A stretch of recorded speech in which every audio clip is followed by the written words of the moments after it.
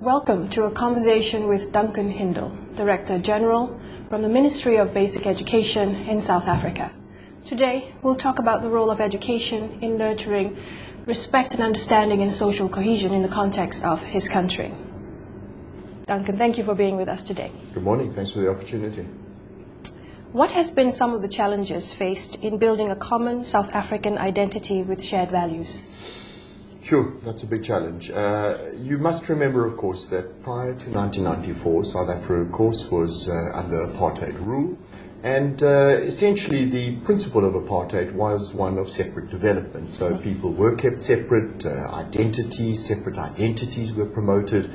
And as part of that, we had 19 different education departments in South Africa, racially based, linguistically based, etc. So one of the biggest challenges post-1994 has to be the building of a single, united national system of education, a national curriculum which all students follow, and that has been very much part of forging a national identity among all our students, a common base, knowledge base, but also a common set of values. South Africa has 11 official languages. How do you practically manage that? What language is taught in school? We believe it's very important that we do recognize all 11 languages. The way we deal with it in school is firstly to offer parents the choice of the language of instruction. So parents are free to choose any of those 11 languages as a medium of instruction. Obviously then we need to find the ways to allow the schools to offer those. Now, for practical reasons, many parents, of course, do choose English as the medium of instruction, and in a modern day and age, that's an understandable decision. As a second language, which is compulsory, then every child has to do at least a second language, we certainly encourage very strongly that they do study their home language as a subject. But English tends to be the dominant language as a medium of instruction, which is not easy because for many, therefore, it is not their home language. In fact, for some rural children, really the only time they're hearing English is at school. So it is something that I believe makes it very difficult for them to study and write exams in this language that is not a day-to-day language of use. Sadly, many of our teachers themselves are not that proficient in English either. So that, I have to say, is an ongoing challenge. I think it is one of the more confounding problems that we haven't yet, not just in South Africa, but I think in many African countries, resolved yet. And it's probably something that will be an ongoing debate for a number of years still. Schools ideally are places where young people can express their opinions safely and learn non-violent ways to protest. Is there a problem with violence in schools, and what are you doing about it? There certainly is a problem of violence in schools, and it's a concern, I think, for many people. That violence takes a number of forms. Part of it, I think, probably the biggest concern is forms of sexual abuse, particularly among girl learners, but not exclusively. So that is something that we've taken various steps to try and address, various policies on sexual harassment, just getting people to understand what constitutes sexual harassment, and obviously giving schools guidance in terms of how they deal with such cases. But it finds other forms of expression as well, forms like bullying, ordinary bullying between boys in the playground. Sadly, of course, we still find teachers even involved in sexual abuse of learners, and we've had to take a very strong stand on that one and ensure that teachers are dismissed if there's any incidents like that. They tend to be on an individual basis, so it's not as if we're finding a whole school, in a sense, rising up and taking action in any way. This is a social concern more broadly, trying to inculcate in our societies a real sense that these things are unacceptable and have to be eradicated. I say that because we've had some incidents where teachers have been found guilty of abuse against learners. We have then taken action as the department, and we also have a very strong professional council who takes a very strong stand on these matters. I'm sorry to say that some parents have in fact been the ones who have said to us, please don't pursue this case. It appears that perhaps the teacher has either paid off the family in some way or made some concessions towards the family, and on that basis people are prepared perhaps to turn a blind eye to it. I think this is a concern, and we need to make everyone aware it's unacceptable, it should not be tolerated. Okay. What is the status of gender equality in your country? And how is the education system supporting it? Yes. Look, we've had, I think, very exciting news following the elections a month ago. The President has appointed his new cabinet, and I think probably a first in the world, a 50-50 cabinet. There are an equal number of women cabinet ministers together with men. So that, I think, has been very important for us. In schools, we have certainly achieved gender parity in terms of overall participation. In fact, if anything, the concern is almost with our boy learners, we have more girls staying on until the end of schooling, and in fact, girls doing better in the final school leaving examination. So in that sense, certainly girls are doing well in the schooling system. But as I say, pervasive elements of sexual abuse and harassment, I think, would be the concerns that reflect perhaps a deeper concern in society about a lack of respect sometimes still for girls and women, and it's on that level, I think, that we need to address it. But systemically and through the schools, certainly we have good participation from girls. Okay. There's a large number of immigrants in South Africa. Do they have equal access to education? Well, certainly our constitution is very clear. It says everybody has the right to education. It doesn't refer to citizens. So if you're in the country, you are entitled, as anyone else, to attend school and to participate fully in the affairs of that school. So yes, we do have a large number of immigrants. Some, as you say, are refugees, economic refugees in particular. But we even have a phenomena where some children living near the borders of our country, particularly our borders with Swaziland, with Lesotho, in fact, on a daily basis are crossing those international borders, attending school in South Africa, and then returning back home to their respective countries. We simply see that as part of our overall responsibility towards the region. We have increasingly moved towards opening up our borders, particularly with Zimbabwe now. The visa requirements have been dropped entirely. So there is more and more a free flow of people across those borders. And this, in fact, will increase towards 2010 when we host the FIFA Soccer World Cup, where we're certainly encouraging people to move quite freely across our borders in the Southern African region. So I think we technically, indeed, they are foreigners, but I think for many of us, these are simply part of our own community anyway, and they just happen to live in another country, is the way we had put it in this case.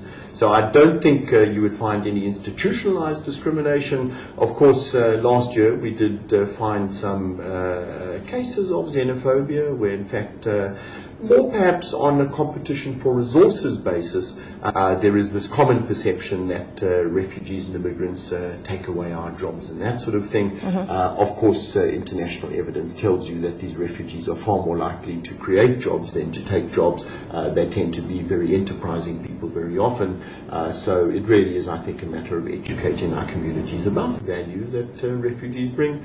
And of course, we must recognize that under apartheid, when many South Africans were forced to flee the country, it's many of these countries that in fact provided a home to our exiled South Africans, and I think the least we can do is to reciprocate that kind of hospitality. Okay. In terms of the effort to build the foundation of an inclusive and equitable society, you have the Bill of Responsibilities and the Bill of Rights. Could you explain them? Yes, rather unique things. A Bill of Rights, of course, many countries have. Ours is embedded in our constitution, and it spells out all the rights that people should be entitled to, including their rights to education. But again, I would say we do come from a very divided past. So we've taken a number of steps, and perhaps the first one was what we called the Manifesto on Education, Values and Democracy, trying to build a sense of a common South African identity.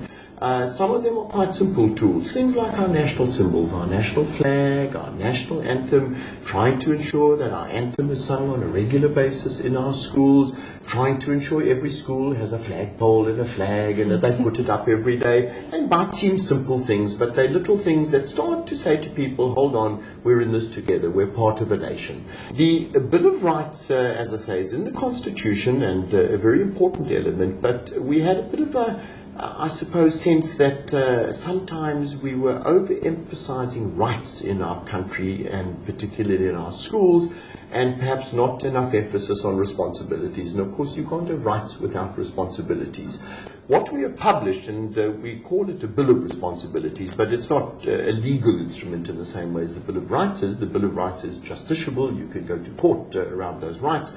The Bill of Responsibilities is really meant for our children in schools to understand the responsibilities that go together with a set of rights, and to try and ensure children understand that these things are balanced one against the other. It's the same with teachers. Teachers have a right to strike in the country, but of course they also have a responsibility to teach. It's those sort of areas that we're grappling with as a country, trying to understand that balance. There's been an increase of young people across race, class and gender in the political process, specifically in elections. Is this due to the system of education and what you're trying to achieve? Well, I would like to hope so, but it's probably a bit brash to claim that it's purely a result of that. But certainly at schools, we have a very strong democratic participation. Every secondary school is obliged to elect what we call a representative council of learners that would represent their interests, and they in turn get representation on the school governing body. Now these school governing bodies are very powerful. They get strongly involved in the appointment of teachers. They decide how the funds of the school will be used and where they will be spent, etc. So these are quite powerful positions. So in fact, learners learn from an early age the importance and value of democratic participation. So at school level, certainly we see that, but I think it's more also in broader society. We are a young democracy, and I think it's very encouraging. We are a little concerned that as we move further and further away from apartheid, that many of our young people will almost forget that past. And so we're very encouraged now that in coming out in these elections to vote, to participate, and to participate quite vigorously in many cases. These are not tame elections, they are hotly contested. But I think the most encouraging part, again, not just our youth, South Africans broadly, fully accepting the outcome and the results of those elections. What has been the impact of South Africa's affirmative action policies on equality and social cohesion? Look, we have clearly been obliged to implement affirmative action policies. South Africa, of course, was rather unique. It was not a majority oppressing a minority. In many areas of life, particularly in business, but equally in government and elsewhere, we obviously had a significant underrepresentation of particularly Black African people, but we also have people defined as black of Asian origin, and also what we call coloured people, the mixed race people in the country. So in all areas of public life, the affirmative action policies are applied. We would like to see, for example, in government, that across both race and gender areas, that women and black people are represented in the same way as they are in the broader society. So some 80% of our people in the country are in fact black people. We should expect all people in leadership or leadership positions to reflect those kind of positions. So at times it has caused some concern, and some have the first test in any appointment is to find the right person for the job. Clearly, if you can find a black person who is right for the job, then they should be given preference over a white person who might have the same skills. Somewhere along the line, we will have to say, all right, we have been through an affirmative phase, we have given people who were previously prejudiced now the opportunities to advance in society, and I suppose somewhere there would have to be what could be termed a sunset clause to say, well, from now on, in a sense, we will move forward on an equal basis. But until we are confident that we are a fully representative society at all levels, I think it's appropriate that we continue with affirmative action policies. How long do you think it will take before you achieve perfect equality? Well, look, the evidence, of course, of countries like America, who have had affirmative action for many, many years, is that they have not yet achieved that full equality and representativity. One last question. You have a national policy on religion in education. Why is this necessary? Well, we are a multi-religious society. All the major world religions are represented in South Africa, and of course we have a few of our own. We believe that in a public school, religion should not be a defining element of the school. So we have firstly in the religion policy distinguished between what we call religious instruction and religion education. Religious instruction, of course, is what we believe is the domain of the home, the family, and the religious communities. They must teach people about faiths and adherence to their particular faiths. That's their job in school. But it is the job of a public school, we believe, to ensure that all our children have an understanding of all religions. It's not in any way to try and advocate a particular religion or play another one down, but we believe in the same way as it's important for us all to know about the different races and cultures in South Africa, it's important for all our children to know about the different religions within the country, and on that basis perhaps to be able to make more informed choices when they do themselves come to choose a particular religion. We do have private faith schools, and clearly if someone wants religion-based education, they are free to attend those schools. But in our public schools, we really ask that they do play a far more mediating role across those religions. But again, we will be guided by the parent communities. If the parents in the community there are strongly of one religion, then clearly there will be religious observances, school assemblies, perhaps where prayers are said. But we would hope that in any school, even if it's a majority Christian, that perhaps at least one day a week they recognize other religions have observances reflecting those religions. We're trying to build a multi-racial, multicultural and a multi-religious society. The Commonwealth Commission on Respect and Understanding is concerned about faith schools that propagate a view of the world in terms of religious terms, a divisive one.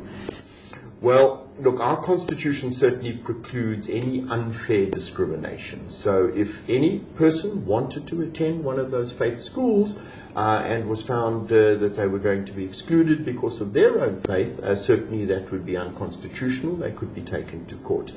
Certainly, I think at this stage, we do not have concerns that those faith communities, those faith schools are propagating that kind of understanding. In fact, we work very closely with all the religious leaders. We have a National Religious Leaders Forum. The Bill of Responsibilities I spoke about earlier was in fact drafted together with our National Religious Leaders Forum. So I think at this stage in South Africa, it's not a particular challenge for us. But it's one I think that through the Commonwealth we would need to be guided by. I don't believe we're in that situation at this stage. Thank you, Duncan. And that concludes our conversation with Duncan Hindle, Director General, Ministry of Basic Education from South Africa.